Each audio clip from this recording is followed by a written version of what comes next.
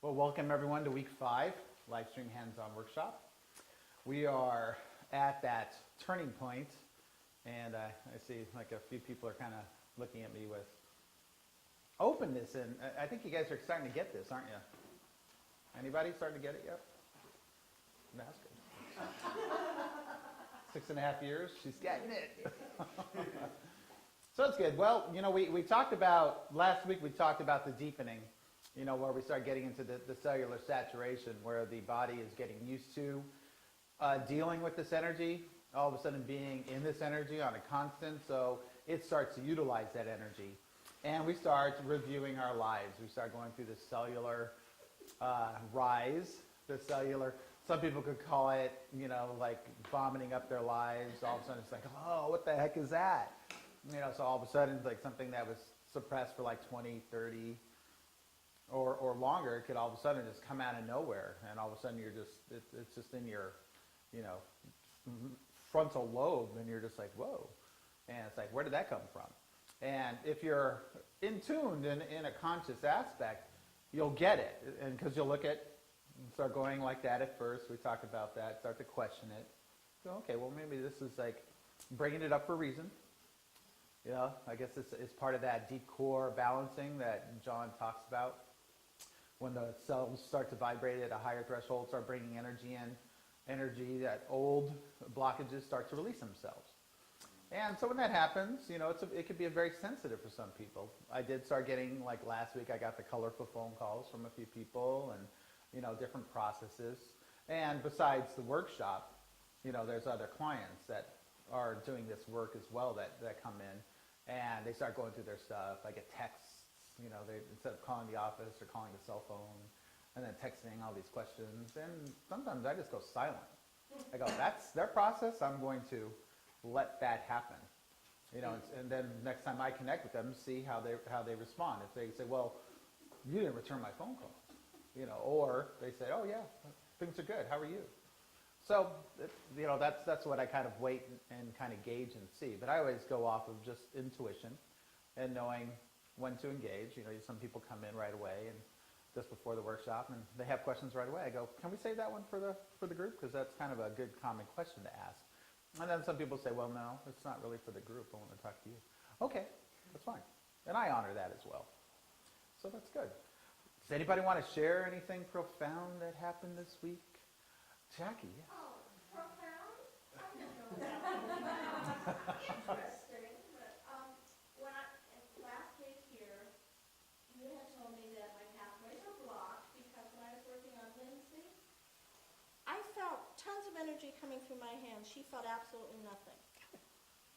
Today, when we were at home this morning, I was going to work on Ed, and I put my both hands on his neck, or, around this area. He put his feet on the generator, who we call Ernestine or Ernie for short.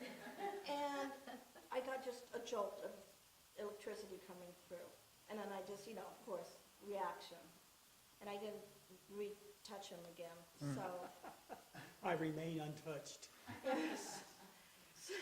Maybe unloved, I don't know. I doubt that. He's just full of energy. But even when he's worked on me, he really is a conduit of energy. So I don't know if that's why I had such a reaction, or I'm still blocked and it just needs a way to get out some other way. And you ask that question, and you go, why is it so profound? How come I'm having a hard time? Mm-hmm. And I say, time. Right. It's progressive. You have to, that's the reason why we do this in 8 weeks. At first everyone's like, just trying to figure it out, unless you're a natural. All of a sudden someone just has the instincts and they just can do it without any question. Others are in their minds. Others when they feel this energy that's about ready to pass through their body, they don't even realize it, but they tense up and they go into shallow breathing. Energy's not going to flow very well. It's going to stay in you. And until we get it, and we open ourselves up, and then we just transfer the energy effortlessly. That's the reason why when you were having problems or difficulty with Lindsay, and I said, step aside, and then I took it, and she felt it right away. The video shows. She was like kind of just totally blissful. Very happy. Actually, I watched that twice because it was actually really good. So, I guess my question is there anything that I can do? sure. Keep Just keep keep- on keeping on. What if should I touch the generator with my hand? Yeah. More? So Are that you my doing your feet- 15 minutes? I'm doing the 15 minutes with the feet on it. Okay. Should I change it to the hands on it? I would suggest going barefoot, Right. putting the unit on table, putting your feet on the bare floor and touching the unit. Oh, okay. And articulating, like moving through the different points and pathways. But, again, now it's really the time to start working more hands-on. So what I'd like you to do, I'd like you to change it up. I'd like you to set up what we call a control. And so you can choose your technology tonight and stand in front of it. Work on Ed first for 5 minutes. Just feel your way through him. Do neck and shoulders, do his fingers. And then have someone else come up and do it. Do the exact same thing in the same technology and feel the difference of them. And then a third person. And see if the energy is different. Because I promise you, it's going to be different than he is. He is a dynamo of energy. But his energy, when we have to understand how his energy flows, it's flowing very uniquely, than anyone else in the room. And that's a dynamic. So what I want others to do the same thing tonight is everyone go after Ed. Okay? Get in front of those technologies and work on them, okay? Because this is the important part, because if Jackie's not able to do it, others can without a problem. If you guys can't do it, I'm going to do it, all right? No, I'm just kidding. No, but that's the key thing, is just to get behind and start working with people. And once we start getting through this, we start getting through these breakthroughs. And his energy is going to change. He's going to, all of a sudden start absorbing the energy again. Because when we get to a certain age and physical condition, there's many different phenomenons. Because I can take 10 of you and line you up, and I'll feel 10 different experiences. You'll do the same thing. If we do the same thing, 5 people, you'll feel it differently, 5 different ways.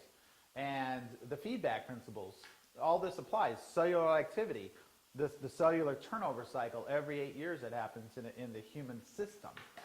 So he's got a high turnover. He's at the highest turnover rate than anyone else in this room. He's at a different stage of cellular cycle. So all that's going to dictate the variations of how it's going to transport into him until he gets to that capacitive effect, and or that breakthrough where the meridians come back out online. Energy's like rushing back into his cellular system, back into his muscles, and that's when we're going to see profound changes happen. I've seen it before. I've had someone almost identical to his age on prednisone for 20 years from a chemical burn in his lungs. 6 weeks into the workshop, chose to get off he just stated in front of everyone, chose to get off of prednisone. And then everyone went, how long you been on it? 20 years. And they're like, well, wow. And so when the next week we saw him, he wasn't smiling that much because, the body has to let go. The week later, it's amazing. Man, standing tall, rosy red cheeks, big grin on his face, and was like, wow. Couldn't believe it because he broke the receptor wiring to it. And we had people, he was in the high level thresholds of the energy. I'm sorry, he made that decision in 5 weeks to get off the prednisone. And so we had 3 more weeks of the workshop to see this change happen in him. And it was just amazing to watch. So yeah, let's stick with that and we'll see what happens, So everyone go after Ed. Dude, that's going to mess up continuity. I'm going to have to put it in post now. That's an inside. Very fun. So, yeah, he gets it. Kurt got it. So, anyway, anyone else want to share? Yeah, Sam. Well, I had a client who, apparently from drinking alkaline water for 2 years, it had too many minerals in it. Mm. She was getting nodules on all her joints of her fingers. Mm. That her doctor said was calcium deposits. Mm. But so basically, told her she had arthritis, but so her fingers were always hurt. She said it wakes her up at night throbbing.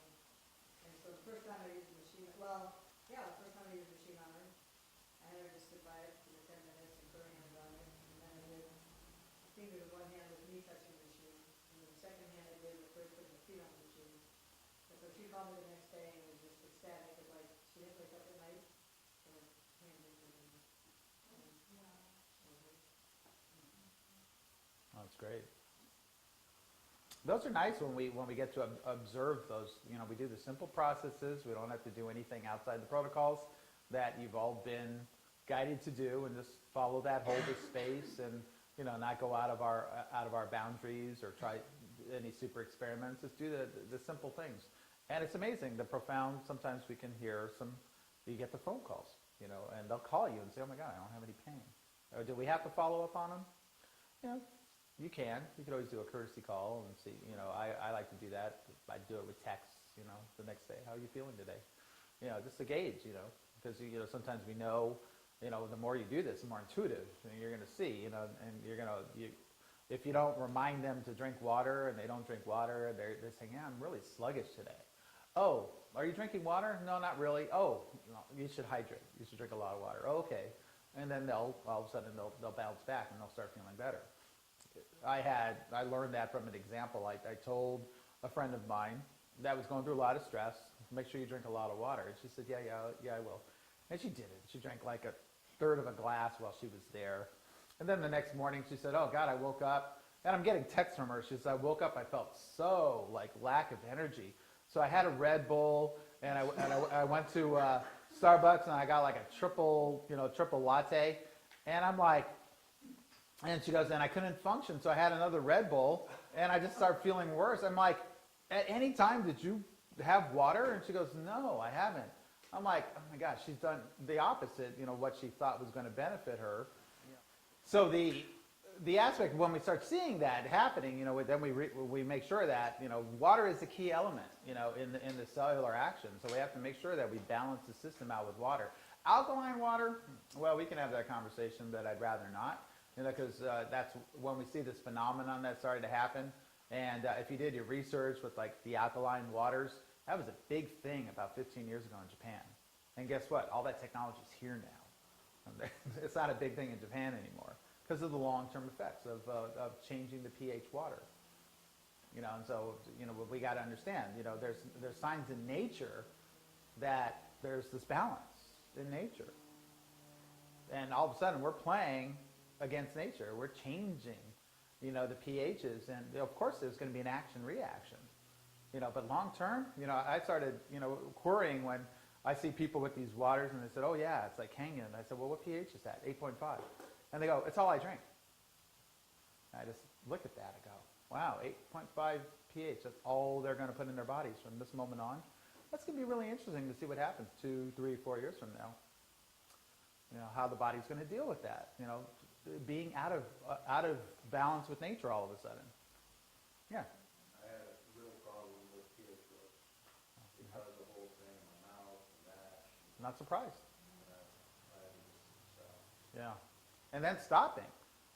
When people were going with these high-level waters and they're saying, "It's all I ever drink." And then they're like, it's got to be high pH water or they won't drink it. It's like, what's going to happen when you travel? Are you going to bring this Kangen machine in your suitcase and hook it up in your hotel room and all that? I'm just curious. Are you going to bring 5 gallons and pay extra luggage for it? I'm just curious. Then they don't think that far. They're like, "Oh, I never really gave it that thought." I said, yeah, so you might kind of want to understand what you're doing to your system over a long period of time. It's like moderation is the key. There were people that were working with the waters and, creating 8.5, 9, sometimes 10 pH water, and it was considered medical grade water. And they give it to you to create an action-reaction in the cellular system, and things would move. And then you can go through a detox. You can go through a cleanse after drinking this water, but a small amount of it, a gallon a day, 2 gallons a day. Yeah, you're just kind of asking for trouble. Anyone who can see that, you start connecting the dots. So fun stuff. Yeah, that's what research is all about. Is understanding the long-term effects. Anyone get my email today about the DNA strands? Isn't that interesting? Dr. Ahn brought that up last week, and so how science is actually acknowledging that these possibilities. I printed out one. I wasn't going to do it all because it's like 5 pages, and I'm cheap when it comes to paper. So since I emailed it to all of you, but we're talking about the expanding DNA strands. So they're doing these tests based on the average human on this planet. Now, imagine, Dr. Ahn and I, we had a very brief conversation about this, but imagine all of a sudden if we were part of that study, 6 months, a year from now, can you even imagine keeping this energy field in your life and exposing yourself on a daily basis? What will happen over a period of time to your DNA, to your cell structure? You know, you're going to be considered the anomaly, and people are going to look at you, or if they're testing you on this level, they're going to say, wait a minute, what's going on here? And I only say this is because we did these studies years ago. You know, some people were involved in it, and they're just blowing, you know, the people who are making these technologies that test the cellular system. They go, well, wait a minute, there's got to be something wrong with this. Human system can't do that. And then they bring in 5 other people after being in the Lifestream. They go, so you're telling us that the human system can go to this level? We've never seen this before. So yeah, Lifestream people, yeah, you're definitely gonna take a whole different, you know, level to it. And so just imagine if they were examining your DNA. Now we talk about this is that the expansion of DNA, how many layers there are to it, and how it's just coming to the forefront and showing us that there's more to it. Can you even imagine that there's more and more and more?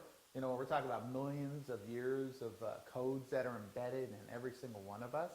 Now, since we are in this energy field that actually mimics an energy field that was on this planet 24,000 years ago, imagine what's going to happen to your cellular structure, what's going to happen to your level of consciousness over a period of time when the switches finally kick in. It doesn't happen in 8 weeks. That's a whole different level. But you know, you'll be on this precipice of something greater that's going to happen in your lives. What was the gist of the article? Oh yeah, I emailed it to you. But if you want to, you can. Yeah. Well, but I just set it up so you guys, when you get home, you can. What's that email that John sent me? One of the things that has crossed my mind is, you know, I'm handing this to my group without being taught. Mhm. It's passed on. So obviously there's tons of information passed on to us. Oh gosh, yeah. Which is All these there. things. Nature shows us it to us in many ways. It's fascinating when we actually see it. All of a sudden, these switches just come on. And then they turn off when the time is right. It's like, wait a minute, what's doing this? You know, where's the grand design in it? And of course, you know, people want to look up and say, you know, well, wait a minute. But then if I grasp that, but no, there's this grand design. You know, when we see it from the Fibonacci, you know, to the golden mean and all this, and how everything's connected in this numerological understanding, it's mind blowing. It takes us. When we finally do that level of research and realization, it's like, wow. And then we have to take a step back and let that adjust in our consciousness, and then you get to go to the next level. There was a question over here. Is it Ann? What if, I mean, the way you're talking about the alkalized water. Yes. If you get out of the Lifestream generator energy, I mean, you know, does it have a lasting effect, or do you have to keep going into the energy to get the results? If you stop using it, all your stuff comes back. Really? No. No. If I was marketing it, I said you have to do this the rest of your life. You know, certain water companies will tell you that. This is all the water, this is the best water in the world. You have to drink this. And, you know, because they want to sell you something. Am I trying to sell you guys something?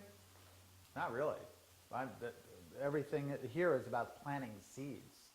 You know, so that's, you know, we've done the math on this. You know, if you realize how all of you are sitting here.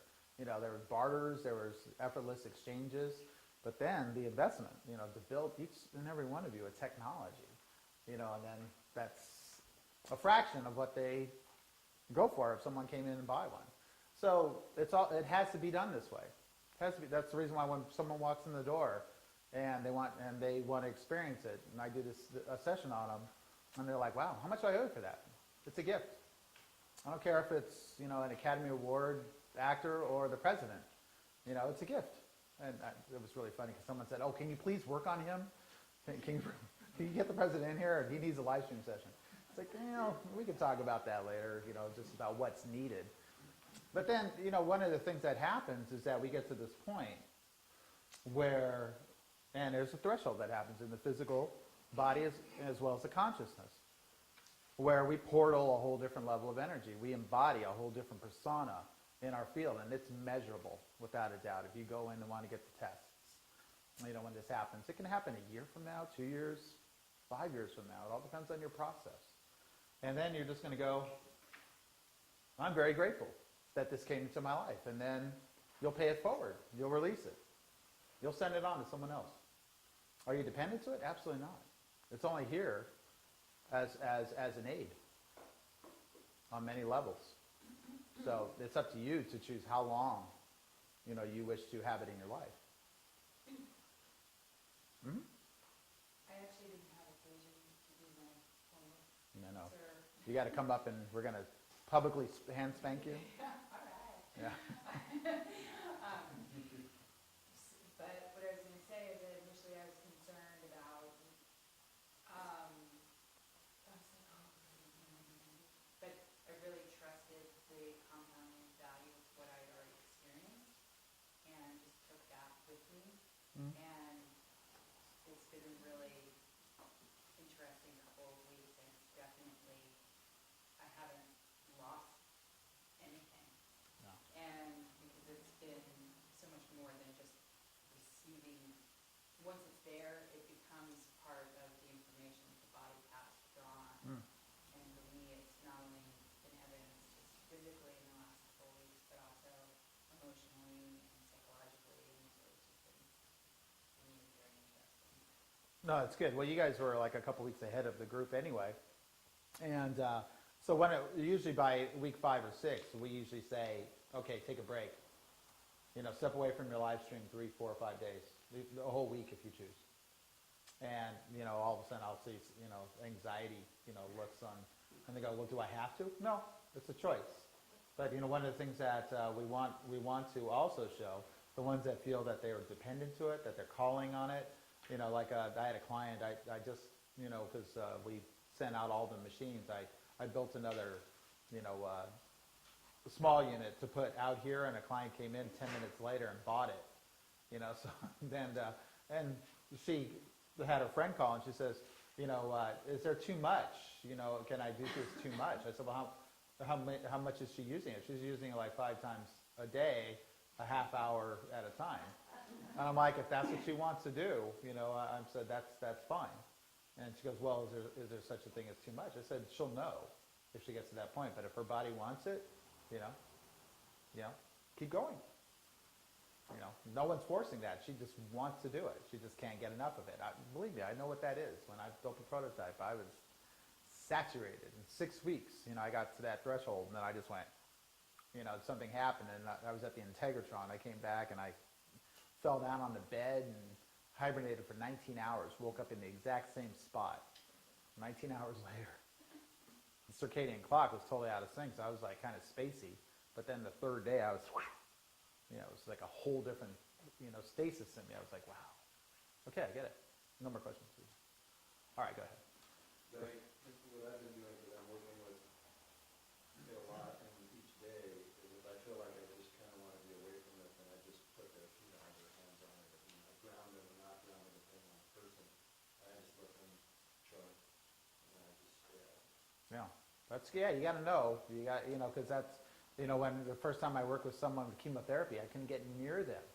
They didn't disclose that they were a cancer patient, and I was trying to figure out what was going on in their field, and I was like, I'm sorry, I can't do work on you.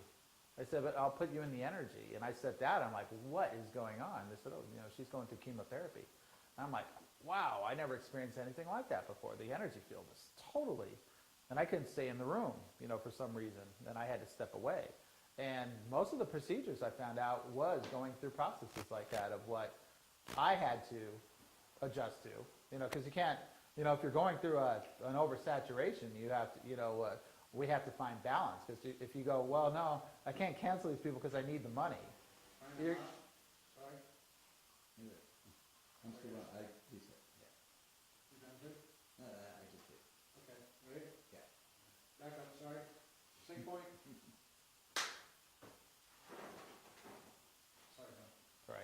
So if you go through, you try to justify it, and all of a sudden, your body's telling you to step away from it, but then you look at your schedule and say, well, I need this money. I have to take these 3 clients.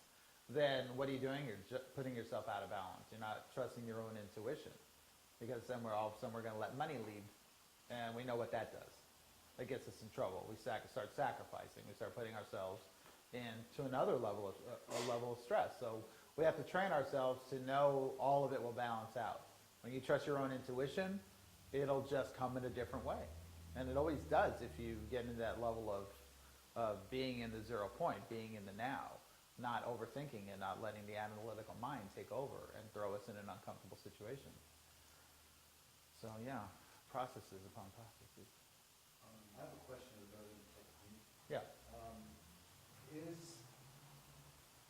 I guess it might be in a subjective way because you're kind of feedbacking from the other person whether they feel it or not. Is just, if they're actually feeling it, does it mean that it's actually working? Or if they don't feel it, it's still working, but they just don't?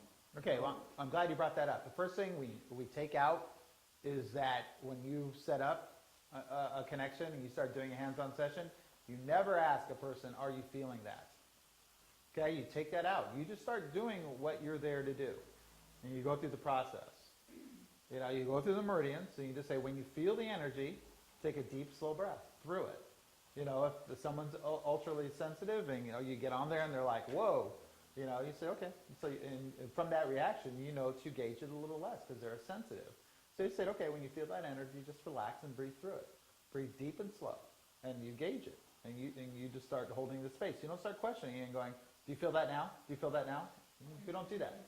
Because then you're losing the space. And now you're asking the subject, who has never done this before, how you're feeling, how's this going? So, and this is where we get sensitive, and we have to, and that's the reason why we do this over a period of time, for you to learn how to hold the space, to go through it, not to lose that space, and knowing how to hold it, always making sure that a subject is breathing and you gauge the energy transfer. Someone's really sensitive, you're doing it this way. Okay, well, yeah, that doesn't go well. So maybe I'll do 2 fingers across the entire finger and see how that transfers. Or I'll do it this way. I'll do like a finger at a time with my whole hand.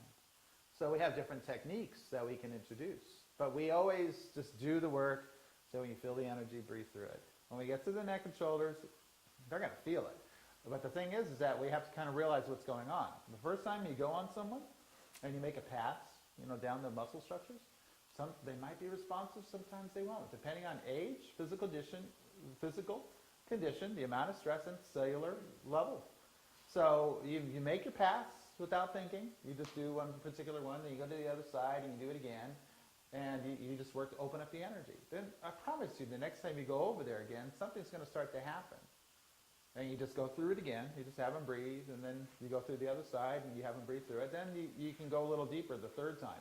By this time, you're sending energy through all the muscle groups. The brain started communicating, and now we're going to get into deeper responses. You'll start seeing the shoulders start to move. If a person's older, someone in their 80s, it might take 3 or 4 sessions before they get back into that movement that a 35-year-old will do. So we have to kind of understand that. We don't go to try to make miracles on everyone that comes through. We go through the understanding of the cellular science of introducing this into people's systems. And believe me, every time you do this, they get profound levels of energy. But you're not going to, if I had a 25-year-old and a 65-year-old, they're going to be 2 different reactions and levels. By the time you're done, you're going to see 2 different, complete energy sessions. So we have to kind of understand that. That's the reason why we learn the techniques and we go through the energies. If people are dealing with things that they come in with a struggle, they say, oh, do this right here. You don't go right there. You just say, okay, well, I'm going to just continue to do what I do. We go through the body, we activate the meridians, we open up the energetic grid system, and then I'm going to start doing work. But that pain that you're feeling back there, that's not where the problem is. It's actually because you've got grouping, in the muscle structures. You have lack of energy, and your body's built up. so much stress and accumulation that's the trigger point. That's where you're feeling it now because you're not feeling it here anymore. And so when you get to that key point after 3 or 4 sessions, all of a sudden or 3 or 4 movements, all of a sudden their whole shoulder pulls up and they're feeling this knot in the scapula, in the rhomboid muscles. Then all of a sudden they're getting it. They're going, oh, wow, wow, wow. And then all of a sudden that starts to unwind and that pain's gone because now energy's flowing where it's supposed to be. Now the muscles are starting to individualize once again. The reason I'm asking that is because, my device is very low power. So I'm trying to figure out other ways to make more energy transfer go through my fingers. Mhm. So I was experimenting, seeing how if I push harder, if they feel it more, or if I push less, if they feel it more. I was using my fingernails, and I noticed that sometimes when you barely touch them, they feel it. And when you turn it and then you use your fingernails, they feel it. So Mhm. I'm wondering Well, if it's actually working, or is it just a false thing that they're feeling? no, well, it's absolutely. I could take your unit, and I wouldn't give it back to you if it wasn't a functional unit. You're just comparing to what you're working with in here. Yeah, it's lesser power, but I could still do the same level of hands-on work, and that's the reason why everyone starts with 100s, and then they can work with the higher level technologies. And if someone says, well, I don't feel it as much, I get on there and I show them the same reactions as and you'll still get the same triggers from the higher level technologies once we are open and sending that energy as much as we can. Jacqueline saw that last week. When Lindsay was sitting there, Lindsay wasn't feeling anything when Jacqueline was doing it. And then when I got on there and did exactly the same thing, Lindsay was like, oh yeah, I'm feeling that. So what did I do different? Nothing. I did the same thing she did. But I've been doing it for 8 years. So it's progress. It's progressive. Trust me, everyone opens up. You'll go through a breakthrough where you're not even thinking about it. It just happens. That's what we talk about working the instrument. It becomes an energetic. It almost sees almost perfect. You see exactly what the person in front of you needs, and you go through the processes, and you set that intention of what is going to happen in each one of those sessions, and what a person's going to walk away with. And you realize that just what we're doing is going to open up a person so profoundly, and you're just grateful. It changes everything. It's exciting. You guys are all here for a reason. Just remember that first time you felt it. What happened? That profound, that got you to say, I want to do this. I want to be a part of this. That's going to happen to others. It's all part of this energetic movement that's happening. Our DNA, people, our DNA. So perfect, yeah. I'll take one more question, then I'm going to move this. Quick question. A lot of people that I've worked on have some metal in their body or something. Mhm. It's always like, and a woman was like, oh, I felt it go down my leg. Mhm. I mean, that's okay. Did she have metal in there? Yeah. Yeah. Okay. No, she, oh, no, she didn't. Yeah, she did. She had a big pin or something? Yeah, pin. Yeah, well, remember what nerve endings and what foreign alloys and what the electrical chemistry, when we put alloys in the body to the nerve endings, the electrical pulses, they do our best. The medical field does their best to keep people functioning. And soon we're going to be in composites, or we're actually the next generation of bone and hip replacements. It's all going to be like bone 3-dimensional printing. They'll be able to scan a person, and then they'll be able to duplicate it with their own cells. And this is happening as we speak in the 3-dimensional world. It's mind-blowing what's happening. So before they even do the surgery, it's okay. We're going to graft. We're going to take bone samples and skin, and we're going to scan the area. Then we're going to remove this, and then we're going to that machine is going to print an exact copy of what this is out of your own bone material, and it'll go right in. There won't be any rejection. It's amazing what's happening. In another 10 years, we're talking about this biotech printing world is the next internet. It's incredible what's going to be happening. So is it okay that can I work on it? We remember the titanium hip story? I don't, for some reason. Weren't you here when I told you about the doctor that had the titanium and she was in just pain all the time, and she couldn't even manage her life. She was just managing the pain. She had no enjoyment because she was managing this pain in her hip. from the surgery. And her nerve endings were just firing off, and her brain was just overtasked with this imbalance.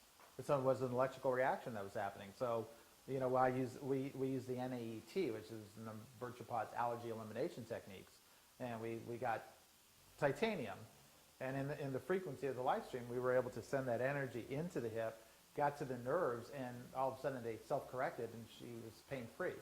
And I watched her for 10 minutes. She goes, the pain's gone.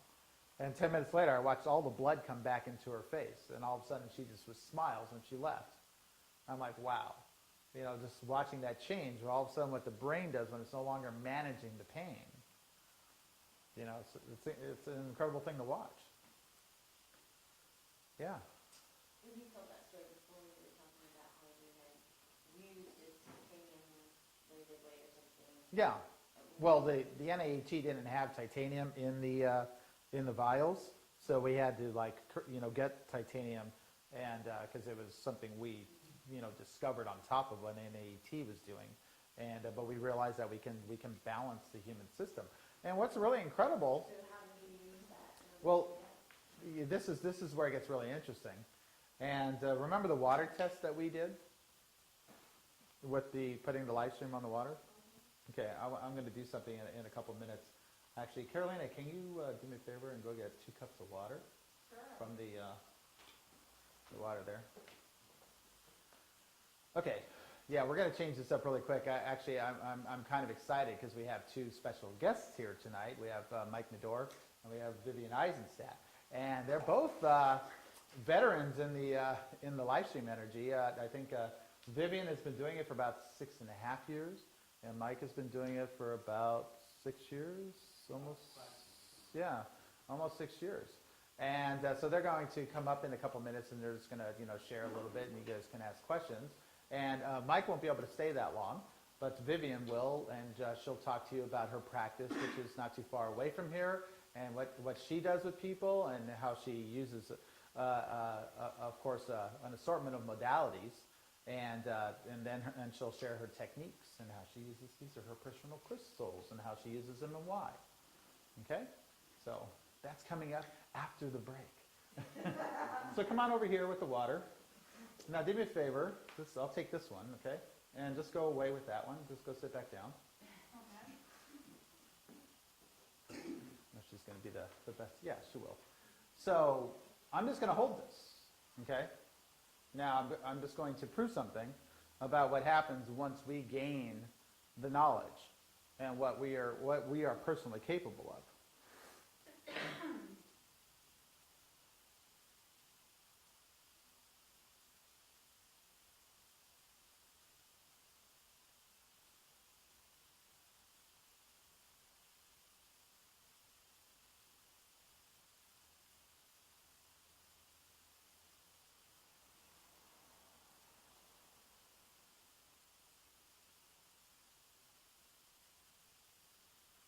Good. So what I'd like you to do, I'd like you to do the side-by-side taste test. Take this one, and I'd like you to taste that one first, then taste that, and taste that one again, and taste that. And just do it 3 times, okay? No, that one first. This one? Yeah. Okay.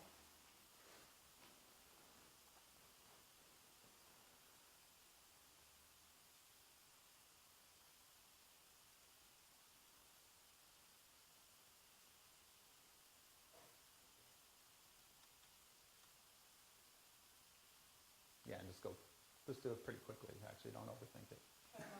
Like Autumn did. No, it felt funny. It felt like not. Yeah, well, keep going. Just keep going before you say anything. Keep on just. One more.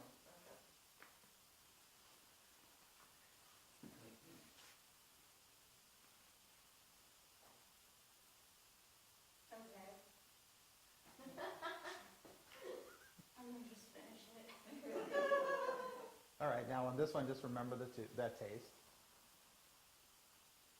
Okay, now taste that one and remember that. What did you notice different? This one tastes a lot better. It's like, it tastes more pure, and this one, I can taste almost like it's like a minerally, metallic flavor to it. So your choice, Like, it which felt one, softer even, which one would you drink? this one, Okay. yeah. Okay, so does anyone know how I did that? You paid her earlier. Anyone else? In your body. And so you were able to, okay? Anyone else want to taste them if you're curious? I'll do it again if you want. Okay, she went out. You guys saw her go and get two glasses of water, right? Okay. I think they came out of the same space, right? Yeah. Okay. All right. So at first, but when we understand, once we start to harness the frequencies, the codes that can change everything, then I didn't need the live stream, did I? I did it with my own cellular system, retrieval of my own knowledge of higher frequencies that shift water. So imagine if I did that, if you came before me and I did exactly the same thing that I did to that cup of water. It'd be very interesting, the reaction, if we did that. But that's not what we're here for. But that's what everyone will be capable of once we understand that. And I know all of you haven't tasted the water, but the change is obvious. Carolina will tell you that the change is obvious. So what were you doing while you were holding that? Were you intentioning? Were you just holding? It's almost the same thing as what we did with the NET, understanding frequencies, understanding harmony within nature, harmony within the cellular system, going through our own experiences. Can't be taught. To a point, it has to be personally experienced, and then you can start creating your library of frequencies. It's very hard for me to share that to you, because if I did, it would be a relation to you and me, and that sometimes could get in the way. But when all of a sudden it happens to you in a profound movement in life, because all of a sudden, I know a lot of people get, after being in this experience, you get innate calls to travel, to go across the world, to go someplace that's calling you. You know, it's almost like a bugle. You know, it could be a big bell, you know, or a desire. It could be something so simple, without you overthinking it, saying, oh, I don't have the money. But all of a sudden you say, oh my gosh, why do I feel this? Why am I being called to go to this place? And if that's happening, the best thing I could say is honor that. This that I just passed around, the map of consciousness, this is good stuff. And this is something to really study. And you'll start understanding the human frequencies.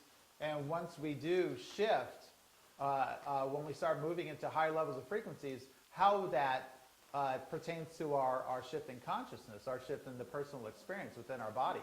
This is going to be pretty fascinating. But every time you go from red to orange, it's a profound shift. And then we have to go through the cycle of honoring, you know, that we were in the red. You know, so then the next one, we start climbing. And then when we go from there, we go to the yellow. And when we start realizing, yeah, I did experience that. Now I feel like I'm here. And then, of course, just imagine if you can start getting into the greens, the blues, the violet.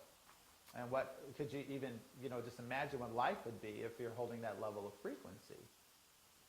You know, right now it would be very difficult, you know, within our conscious and our level of wakefulness to understand what it would be to be in the Buddha energy, to be in the Christ, to be like a Krishna, you know, the Shiva consciousness, which is all the way up here, you know, in physical embodiment, and how you would see people, you know, and how people would see you, and how life on this planet would be affected by you if you're vibrating in this high level consciousness, you know, and the cellular vibration within the body as well.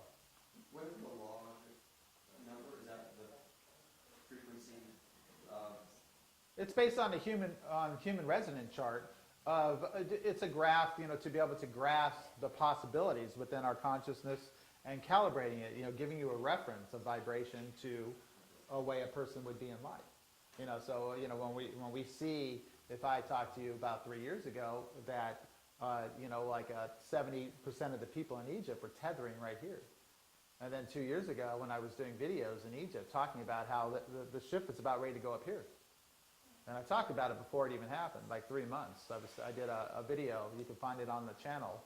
And when I was at which temple was Sobek. We were at the what's the name of that temple? Drawing a blank. But Sobek and Horus, it's one of the highest level of mystery school trainings because they're duality.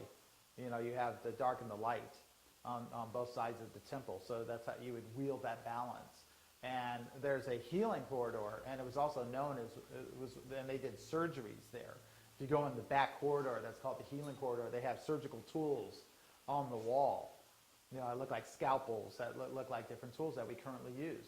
And so it's been known that this is a profound level that people would come for help for thousands of years, and it's one of the only temples that you'll ever see the gods, Horus and Isis and all that, their feet coming to your level, but the giants, the hieroglyphs, the giant ones, you always see them way above, they're unreachable. But down over at that temple is where they are reachable. And this energy is so profound back there. And it's been rising. Every year I go back there, I measure it every year. And then it got to the point where 2 years ago it was liquid. You can actually go back there and you can move it with your hands. And then you're feeling it, you're moving it back and forth. And we just had the group lay there. And no one wanted to leave except for the guys, because they said, we got to go. But everyone's like, no, I don't want to leave. I said, yeah, you're right here, right now, aren't you? They go, yeah, I can't even think of anything. I go, exactly. This is what the earth is regenerating once again. We're going into this new cycle. So it gets pretty fascinating, and then when you can proclaim what's going to happen in human consciousness, that the people are going to say, no more of this crap. They're not going to know what to do. You know, promise me, when you get from denying, you move out of vengeful to indifferent, that's a huge shift, where you were vengeful, and then all of a sudden you're just in the state of indifference. And now all of a sudden you're non-reactive. You're just like, okay, well, I no longer have a charge to that. I'm no longer being reactive to that. I'm not going to, move into, vindictive or, or despising or attack. But I'm going to say no more to that. This no longer serves. And we have to go through our own life experience. It's not nothing that you can, that you can easily read. When you get to this point, follow this procedure. I'm sure there's a British comedy that can show us that. But, yeah. Have you ever worked with any psychopaths? Because they say in the population 1% are psychopaths. It's not like murderers and you just have to keep away with them and get the feeling. I'll leave that research to you, actually. Let me know how it I'm not a goes. psychopath. Oh, you can work with them. I gave it a So we'll have another special day where Vivian will come in and talk about those antics or her personal experiences with the psychopath. Different mental, when we understand different, there are sometimes, there's people that are on such a different level of frequency that you just go, I hope you have a great life. You can't even engage it. You can't even step in. You're just like, no. No fear, no nothing. You're just saying, no, this person has to stay on this journey for whatever particular reason. And there's nothing I can do. I cannot intervene in this. So yeah, it gets pretty interesting. But yeah, okay. Well, where are we? Let's see. I wanted if Mike, if you don't mind, coming up here really quick and take the seat really quick. I'm Mike Medor, and I'm a therapist, a marriage and family therapist. How did I get here? I was trained in Ericksonian hypnotherapy at one point, and from that was going to do EMDR, if you remember EMDR, you're aware of that. And instead, I got this strange card through the mail, and I was trained instead in emotional transformational therapy, light therapy, uses of several modalities of light in the treatment of individuals, both emotional and physiological. And I have a nutritionist that I was working with that was at that time in Torrance, now just down the street here. And they had gone to see this character who had this strange new box named John Riley. Only they couldn't remember his name. And so they tracked down the name, gave it to me, and I'd set up a time to come by and meet John and have a session. And from that point on, did training about 5 years ago, somewhere right around there. My first machine was the 100, or I'm sorry, the 200. I had 200, and now have a 100, a unity, and an intention. So I use the intention in my practice. I use both the intention and the unity. The intention I use for individuals, especially folks who are coming in severely depressed. So if they are not able to function, not able to do much of any other kind of therapeutic work, I have them on the machine right away, and many people will tend to take people out of depression within about, in my experience, about 5 sessions. They feel better each time. They come back. They don't exactly know why they're coming back, but they know they felt better than when they left, and they know that that lasted for a period of time for them. And so some people will come in once a week. Some people come in a couple times a week. I have people that go through job loss, and they're just really disoriented and having a difficult time. They're having trouble staying on track for how to put themselves out there again in some way. And so they come on usually on the machine, usually a time or two, and they get clearer. They have a greater sense of direction and focus for what they want to do. The depression lifts, and it's, for many people, they'll call and thank me and say, well, this is pretty spectacular, and they want to know who else is doing this. And in the emotional field, not too many. I think there was a French group where they were using machines at one point, right? For depression? I think so. But Traumas, yeah. and trauma, yes. I just wanted to ask, are you having them touch it, or you have them sit next to it, or are you doing that? Both. I have some people that need to just sit with it, or, Intention has a pretty good radius, so sometimes I'll just turn it on. I also use crystals, so I put a lot of those on the machine. Sometimes with crystal that will, if they have a particular issue they're coming in with, I'll put it on the machine. It magnifies it, radiates that energy around, and they notice it. I have people that will come in. If I put something on the machine, they're extremely sensitive to the energy. They may be sitting 10 feet away, and they say, whoa, that was great. That was incredible. So once they get used to the energy, they'll come in and respond to it, whether they're on it a lot of times or not. But for the people that are needing that in more intensive kind of direct experience, they need to sit on it. And I usually sit by their side and do that. Now, I don't do a lot of the transferring work because there's ethical issues with touch. And so I can't really do that. If I could do it, but it would mean opening a whole separate business for myself and working under a whole different auspice. And so time-wise, I'm not able to do that right at this point. But I've talked to other people about getting trained and maybe using the machine if they want to do that. I also have a Unity, and the reason I have that is because I had a vision about 4 years ago to start a meditation group, consciousness meditation group, and in talking with John, we talked about this being an incredible resource for being able to facilitate group meditation because it circulates the energy around the room. So we do that weekly. I have meditators that come in. Initially, I was inviting people who were on a consciousness struggle, let's put it this way. They were higher consciousness, but they had gotten kind of off center somewhere, gotten, through early life experience or something that was going on in their life now. They had pretty high consciousness, and I could see that, but they were off, not doing too well. So we had them come in, and we're working on that initially, and then after a while, we had them invite others, and so I have a mailing list. We don't get this many out each time, but about 120 people that will meditate. Yes? Back to your intention machine, how long were you having people sit in the energy? In the energy field, I usually had it, I had an older model that had to cool, and so about 15 minutes usually is what they were on. And that was usually good for most of them with the depression, just to get to notice the difference and to maintain that difference for about a week. But some people wanted to come in a couple times a week or more. I mean, ideally they could come in every day and work on it if they had the time and so forth.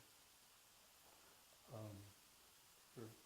So with the meditation, we use stones. We put stones. That's how I got into stones. John had, what was it? I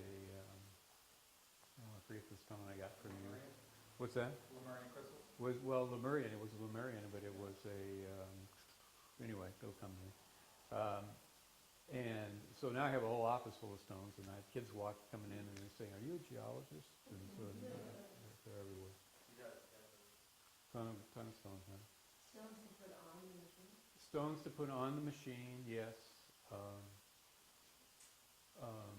Or I'll even, like today I didn't have the big machine, I had the little machine, and somebody was working on maneuvering the little machine in different areas of their body. And so I knew the issue they were working with, so I actually put a stone in front of them because I knew the field would go out and encompass the stone. Because it was, even with the little one, the little one doesn't go all the way across the room, but it'll go at least, I think, about 2-3 feet out. So you can put the stone in the field and they'll still absorb the energy. When you say little one, you mean the 100? The 100, yes. you turn it on end or you leave it Every which way. I have one guy that had AFib in his heart. He needed to be able to manage that, so sometimes he'll just put it directly on his heart. The beauty of the little machine is you can adapt it and adjust it, put it directly on a site a lot easier. And especially since I'm not doing the transfer work, that kind of comes in handy sometimes. So. Yeah, I have a client with AFib and I not wanting to touch him, so I don't know if you can look at it. Well, I didn't put him right. I didn't have him put it on his heart right away, but had him be in the energy field first, and he was noticing the differences within his heart. He was noticing that he wasn't getting any irregularity or anything else at that point before, and then we went from that to having him put his hands on the machine. He liked that. He said it regulated him pretty well when he was able to do that. But severe depression, suicidal impulse. I even used it when people were in addictions and needing to shift out of the compulsive, obsessive part of the addiction. It worked. Do you dialogue during it, or is it? I do. I talk. There's no reason not to, particularly because that's what I do anyway. Is I talk with people. But I find it helps to hone in an issue too sometimes. So if I want to bring them, what I've learned in other modalities is that healing is a three-pronged deal, and the first prong is that to be able to tune into the issue, whatever it is, to be able to find the coordinates of where that issue is being held, if you will. The other piece is once we find it, we have to engage the body in that, and so the energy field, whether it's through light or through zero-point energy, whatever, will engage the body, brings it in. And the third prong is the witness, and that's me or somebody else in the room. And when the witness is there, a lot can clear in a hurry. Sometimes things just begin to pour out. So when you get those three prongs, release work can happen very fast. It doesn't have to be 12 years in therapy. Did you? Yeah. Oh, it was good. It was good. Yeah. Yeah.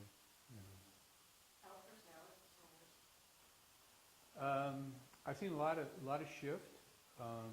You can't do things quite as quickly, but I do see a lot of shift, both with narcissistic and also with borderline. The key part is trust. You have to have trust first before you can do anything in those areas. But yeah. Well, you're repairing attachment in a way. You're going back and repairing early wounding. And so when you're saying you're going to change DNA, you're also implying that anything can change, which is in neuroplasticity or, what John was doing with the water, where you can actually hold something and you can change it molecularly, where you can change, you can learn to work with self and change how you orient yourself to events or the world and so forth. You can do that. Do the stones that you use all have different types of benefits? All have different types of benefits, meaning what? Meaning one stone is going to give off a different type of energy than another. Yes, they do. They all do something a little different. Even though they may all be quartz or they may all or something else, they what they do is determined by a variety of things, including color, type, where it came from, because two amethysts may have entirely different energies. So you're measuring, you're learning to measure that, and you can have a huge stone that doesn't have a lot of energy. It may if you spend a lot of time waking it up, but it doesn't necessarily. And you can find a little stone that has an incredible amount of energy. So it may have more energy for them, for the other person, than it has for me. So that's so. Is there a resource that we can learn more about? Stone. There's several of them out there. Probably the starting place would probably be Judy Hall, I would guess. Judy Hall, yeah. But there's a lot of them out there, a lot of books. Books have, you know, what every different mineral is meant to be, you know, used for. If But you- keep in mind, remember Mike, after being in this energy, started to gravitate to crystals and their higher understanding. And so he started learning and, you know, just being pulled to different ones on his own. So I suggest to go that route, just like it happened to me. A friend of mine came in with Lemurian crystals, and he told me all about these. They were from Peru, and we put them on the technology, and you know, we're like, you know, not really feeling anything. And we left it on. Something told me to just leave it on. 15 minutes later, all of a sudden, the whole energy in the room changed. Yeah. I'm like, did you feel that? And he's like, yeah. What's going on? I go, I think the Lemurian became active when we went over, and it's like, and I put my finger on it, and like a half inch of energy is coming off of it, which it wasn't. It was dead when I first put it up there. And now this thing's like, and we're like, wow, and we could see the energy. It looked like liquid coming from it.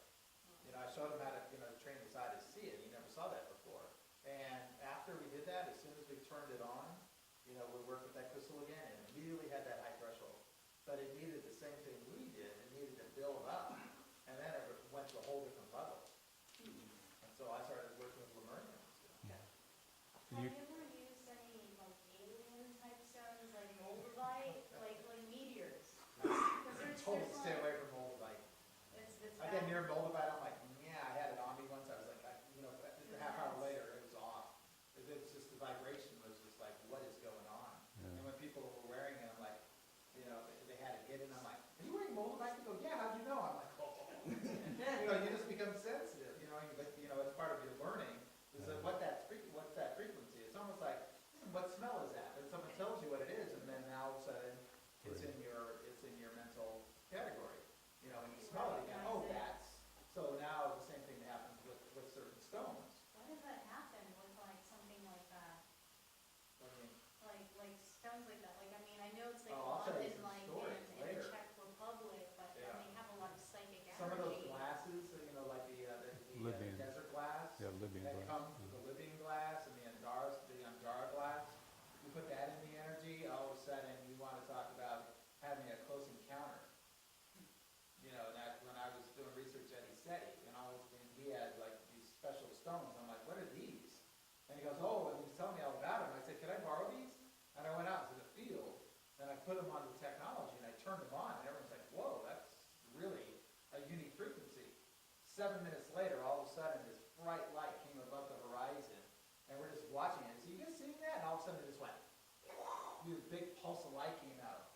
And we're just like, all of a sudden, we're just like all frozen, just standing there, and my heart was, you know, it was like pulling out. I'm like, and all of us were just speechless, you know, while we experienced this. But as soon as we put that stone on there, it was almost like a beacon. This is like you're calling aliens or something. Well, you know, again, what that was, I call it an unexplained situation. It wasn't a satellite because of the way that it arced up and then it turned and it sent this pulse out. We all felt it. We're feeling this fibrillation in our heart spaces, and we just all just went into this silence and just stood there. And we never forget that. You know, it's like, what was that? And that's all. And then it was gone. You know, so, but it was just one of those experiences that you have to categorize. Go, well, what did I just experience? And I kept it to myself. I didn't go out there and say, oh, and making it more than what it was. Where is it? You can activate a crystal too. Once you're in the energy field long enough, you can actually, I play with the crystals and you'll start to see the rainbows emerge and everything else. You can actually, we're learning how to clear crystals now too. You can take a very crystal that's very dense, and you can eventually make it clear if you work with the energy with it. So it's pretty cool. When you say that the body holds an emotion, and then you use crystals to negate it, are you using the corresponding stone to that particular chakra, or are you using the stone to match the actual emotion? Yes. Actually, it's not so much, you don't negate the energy, you actually meet it and facilitate release or discharge. Emotions aren't supposed to last very long anyway. What ends up happening is we get into chronic experiences with emotions that we haven't been able to release. So what occurs is as you meet it and can acknowledge it, you actually put it in a place. You create a space for it to be, and in that space for it to be, it will begin. It's done its job. It doesn't need to be there anymore. It releases. So it's when I work with people in trauma or grief or anything else, it's experience, release, integrate, and then begin to move from that point. So, I had an experience this week that I'd be interested to hear what you have to say about it. I was using the machine, and I was working on my brother, and my husband came in, and normally I work up in my, like, sort of a separate guest bedroom, but we wanted to be on a stone, so we were downstairs. And my husband had never really seen it, or doesn't really want anything to do with it. But he came in, and he was like, "What are you doing? What are you doing?" And he got very, very upset.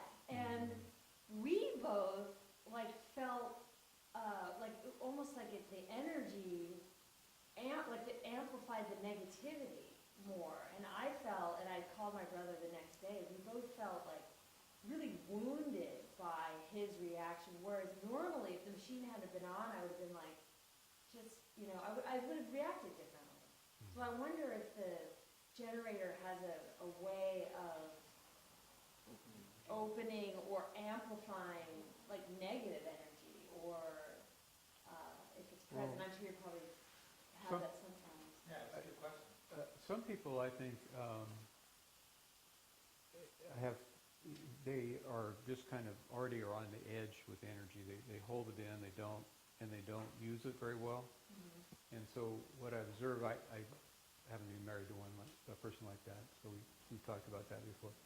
And so she gets close to the Lifestream. She sat with it for periods of time, but after a while, it just feels like it amplifies all of her senses to the point of just where she gets really irritated and can't. He said that he feels anxiety around it, which I feel the absolute opposite. Can I, give my opinion on that one?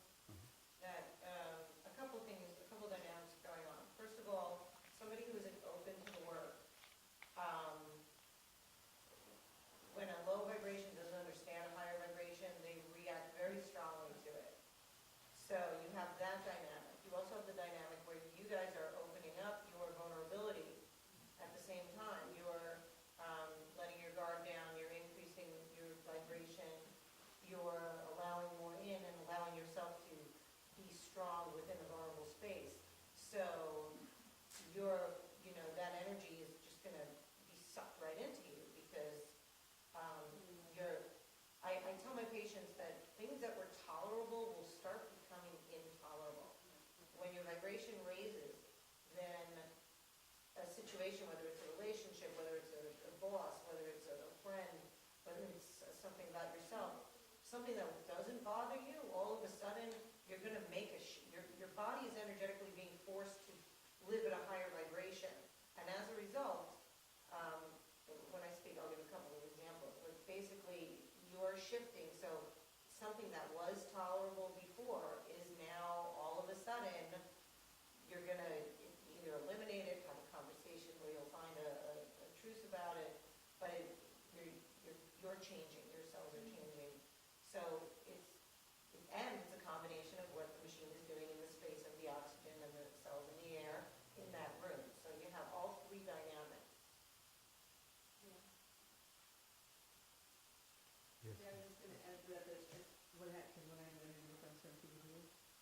what happens is, because your vibration's raising, you become more aware of that there is a lower energy. Before, where you were maybe at that energy before, so that's why it was tolerable, but then as you raise, now you're more aware of that. Right.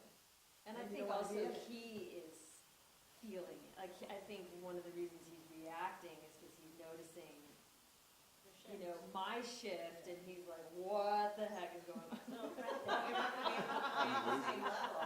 You're gonna be playing a different game now, because, and they get mad, people around, people who have relationships, the other person might get upset because you're not tolerating their crap anymore, and you're changing who you're being, and they wanna still play in that sandbox. They don't want you to go to another sandbox.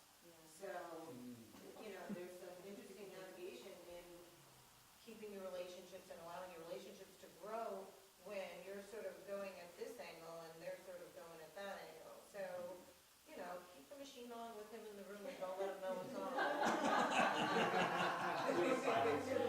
Put it under the bed. Well, we talked about the emotional buttons, right? We went over that. Is that how he's looking to hit those buttons that he knew so well, and all of a sudden they're not, you've moved it, or it's gone. And so now you're no longer feeding back at that because your vibration is shifting. Yeah, you're gonna be sensitive to it, but you won't be as reactive because you can't push it anymore. You know, that's the key, is just to remove these buttons. And so, you know, we're always gonna be vulnerable. You know, we'll be sensitive, and we'll feel people's energies, but it won't become us. And that's where it's gonna make a big I change. got to that place like a day or two later, but at the time, I was actually felt very wounded. Sure, When, probably brought up quite a bit. yeah, You know, that level of reaction of your mate, yeah. you know, coming at you with that level of aggression, sure, Yeah. that's gonna set a lot of stuff off. Big trigger.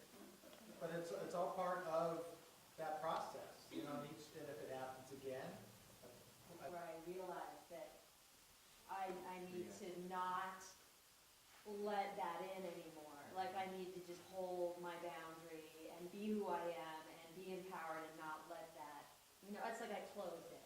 not let it, you know, affect you, Not let it affect me. Right. Yeah, I closed the not fall opening into that trap. because he's always had that opening with me. Yeah. And I was able, it's like literally I felt it like close. That's where it gets amazing, and all of a sudden they're like, Yeah. she's not reacting. Well, something's going on, what the heck's going on? I can't get to her anymore. And so maybe that's gonna open up a whole different level of relationship. It could be one of those, you know, I get this, or I love you so much, but I want a divorce. You just never know, you know? I've heard this happen, you know, people just like have these awakenings, you know, come back from Egypt and go, I love you, but I'm leaving you. I'm done. You just never know what's gonna happen, you know? You don't what put that on the, reaction's gonna you don't put that on the initial publicity for the trip, so do you? Oh, this wasn't on my fault. Thank you so much for sharing that. Sure, glad to do that.